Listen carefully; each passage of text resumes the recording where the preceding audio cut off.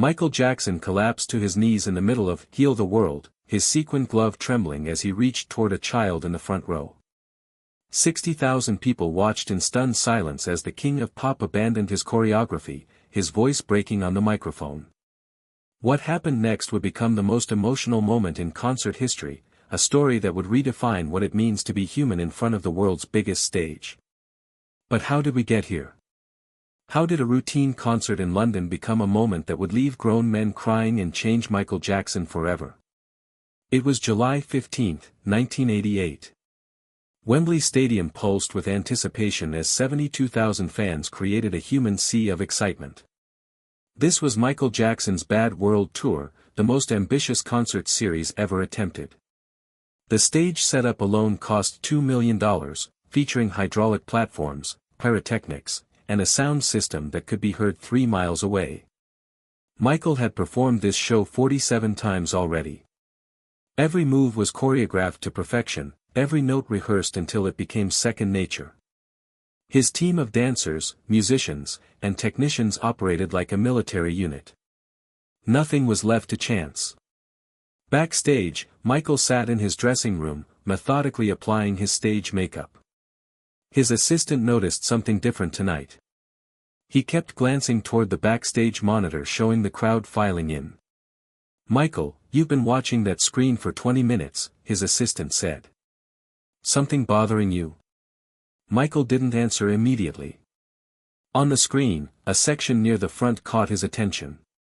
A small group of children in wheelchairs were being positioned by security guards.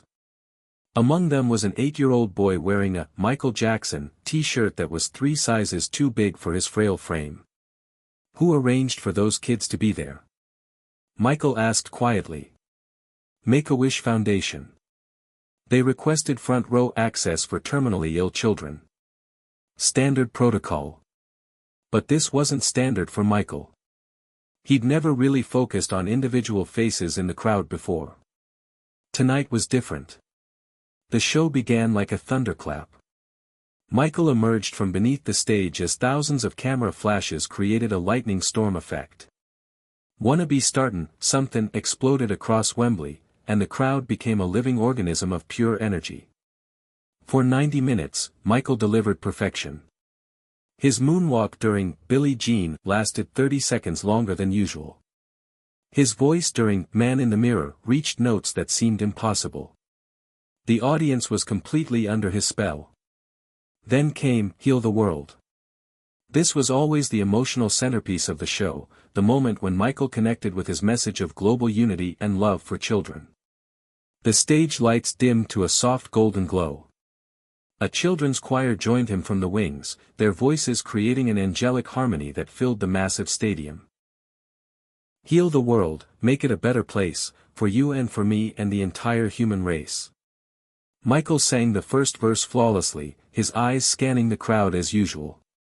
But as the second verse began, his gaze locked onto the front row. The boy in the oversized t-shirt was singing along, his small hands raised toward the stage. Even from 100 feet away, Michael could see the hospital bracelet on his tiny wrist. Michael Jackson stopped singing in the middle of a word. The band continued playing, but something had shifted in the universe. The boy's mother was crying beside him, her hands clasped in prayer. The child looked so small, so fragile, yet his face radiated pure joy as he mouthed every word of Michael's song. For 8 years on Earth, this might be his greatest moment.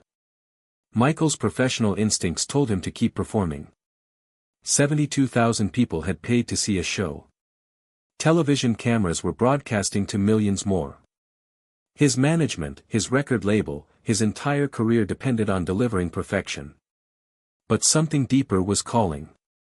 Without warning, Michael stepped away from his microphone stand. The children's choir continued singing, confused but professional. His dancers maintained their positions, unsure what was happening. Security guards tensed as Michael walked to the edge of the stage. This wasn't in the script. This had never happened before in any of his concerts. "Bring that little boy up here," Michael said into his wireless microphone. The stadium fell into complete silence. You could hear individual voices in the crowd asking what was happening. The band gradually stopped playing, one instrument at a time, until only the children's choir remained. Security hesitated. There were protocols for everything, but nothing covered this scenario. Michael's tour manager was frantically speaking into his headset from the wings. "Now," Michael said firmly. "Bring him up now." Backstage, Michael Jackson's team was in complete panic. This was being broadcast live to 37 countries. No one knew what he was planning to do. Two security guards approached the boy's family. His mother's eyes widened in disbelief as they explained what was happening. The child, weak from months of chemotherapy, could barely walk without assistance. As they lifted the boy over the barrier, something magical happened. The entire stadium began to understand what was unfolding. A wave of realization rippled through the crowd, and people began to cheer, not with excitement, but with something deeper. Recognition. Respect. Michael knelt at the edge of the stage as security guards carefully lifted the child up to him. The boy weighed maybe 50 pounds, his arms as thin as pencils, but his smile could have powered the entire concert. "What's your name?" Michael asked, his voice carrying across the silent stadium through his microphone. "Tommy," the boy whispered, barely audible. Michael removed his famous sequined glove, the one that had become his trademark, worth thousands of dollars, insured by Lloyd's of London. He gently placed it on Tommy's tiny hand. It was comically oversized, but the symbolism was profound. "This is yours now," Michael said. "And you know what? You're going to wear it home tonight, and every time you look at it, you're going to remember that you are loved. Not just by your family, not just by me, but by every person in this stadium." The child began to cry.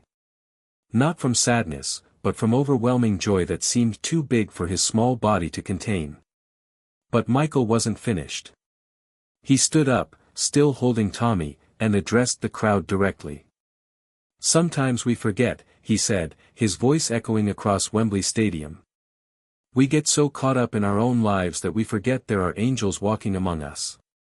This brave young man has been fighting a battle that would break most adults, and he's still here, still smiling, still believing in love." Michael's voice cracked with emotion. "Tommy, will you help me finish this song?" The boy nodded, tears streaming down his face. Michael positioned Tommy beside him at the microphone stand. The child was so small he barely reached Michael's waist, but his presence filled the entire stadium. "Heal the world," Michael began, his voice gentler than anyone had ever heard it. "Make it a better place," Tommy whispered into the microphone, his voice carried across the stadium by the sound system. 72,000 people joined in simultaneously. Not as separate voices, but as one unified sound that seemed to lift the stadium itself toward heaven. Grown men wept openly. Mothers held their children tighter. Even the security guards, trained to remain stoic, couldn't hold back their tears. But the most incredible part of this story was yet to come. What happened next would change Michael Jackson's entire perspective on fame, success, and what truly matters in life. As they sang together, Michael noticed something extraordinary happening in the crowd. People were no longer performing as an audience. They had become participants in something sacred. Strangers were embracing. Enemies were reconciling. The artificial barriers between performer and audience had completely dissolved.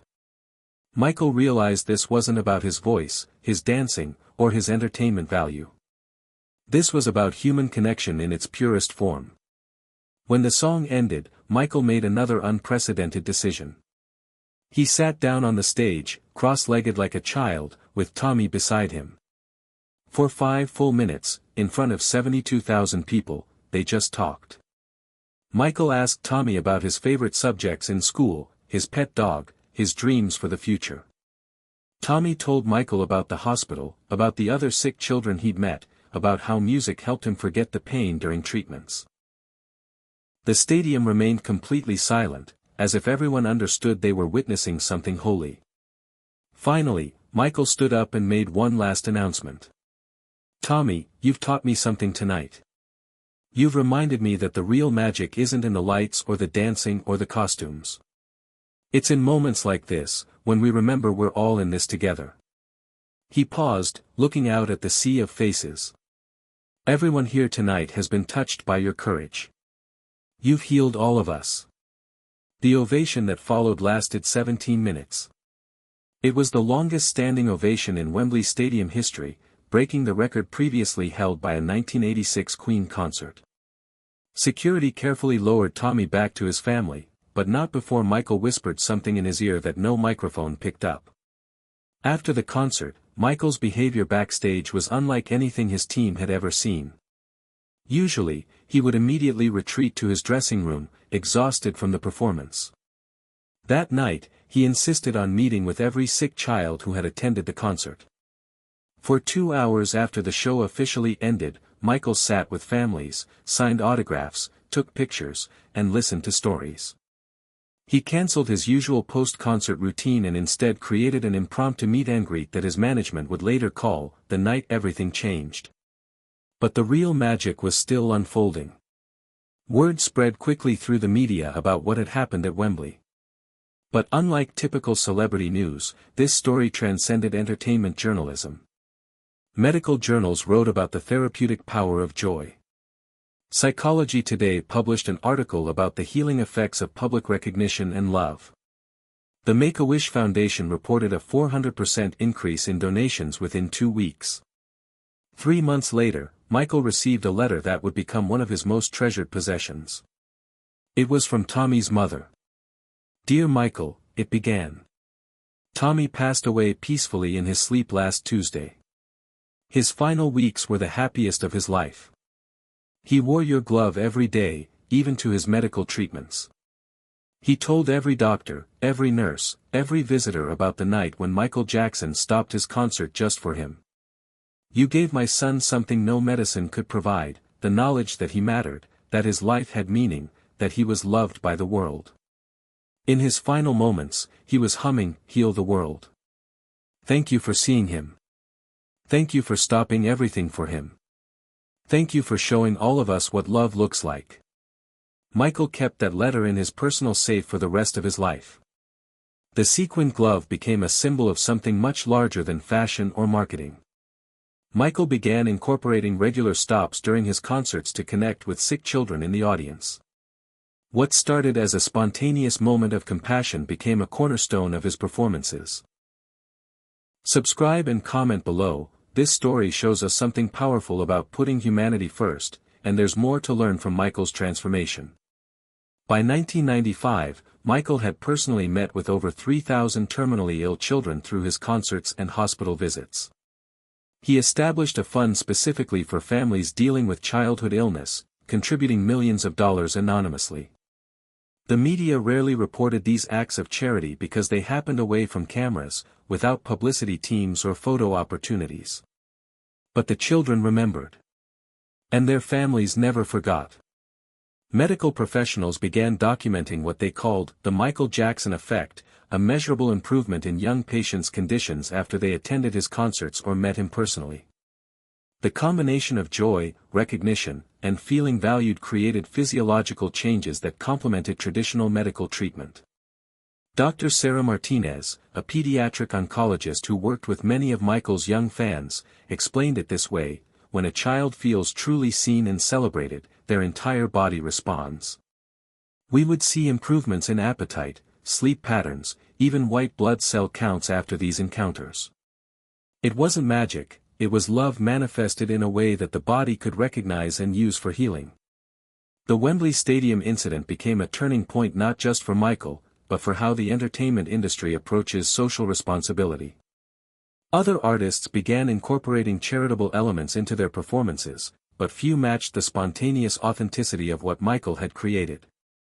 Share this story and subscribe, because sometimes the most powerful performances happen when we abandon the script and follow our hearts.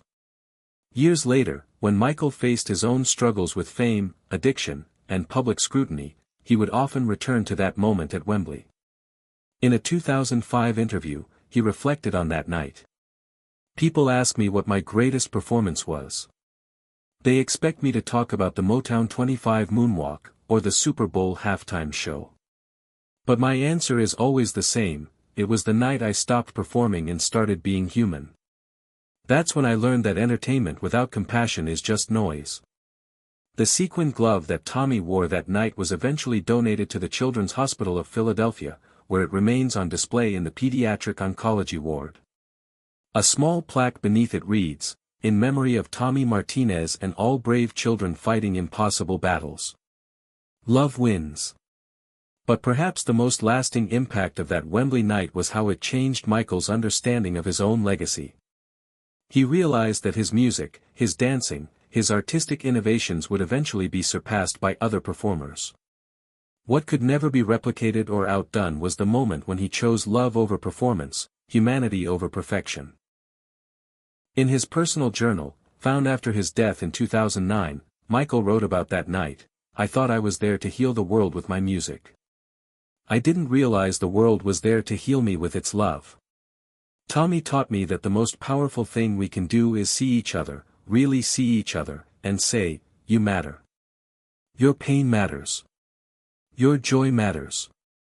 You are not alone.'" The ripple effects of that single moment continued long after both Michael and Tommy had passed away. The Tommy Martinez Foundation, established by his family, has granted wishes to over 15,000 terminally ill children. The Wembley moment has been studied in business schools as an example of authentic leadership, in medical schools as a case study in holistic healing, and in psychology programs as a demonstration of the therapeutic power of recognition and love. Today, when artists face the choice between maintaining their professional image and responding to human need, many remember the night Michael Jackson collapsed to his knees, not from exhaustion or stage fright, but from the weight of love he felt for a child he'd never met. That's the real magic of that July night in 1988. It wasn't about music or entertainment or even charity. It was about the moment when one of the world's most famous people remembered what it means to be genuinely, completely, fearlessly human. And in that moment, he didn't just heal one child, he healed everyone who witnessed it, everyone who heard the story, everyone who chooses to believe that love is more powerful than fame, that compassion matters more than perfection, and that sometimes the greatest performances happen when we stop performing altogether. The little sequined glove still sparkles under the hospital lights, reminding new generations of young patients that they are seen, they are valued, and they are never, ever alone.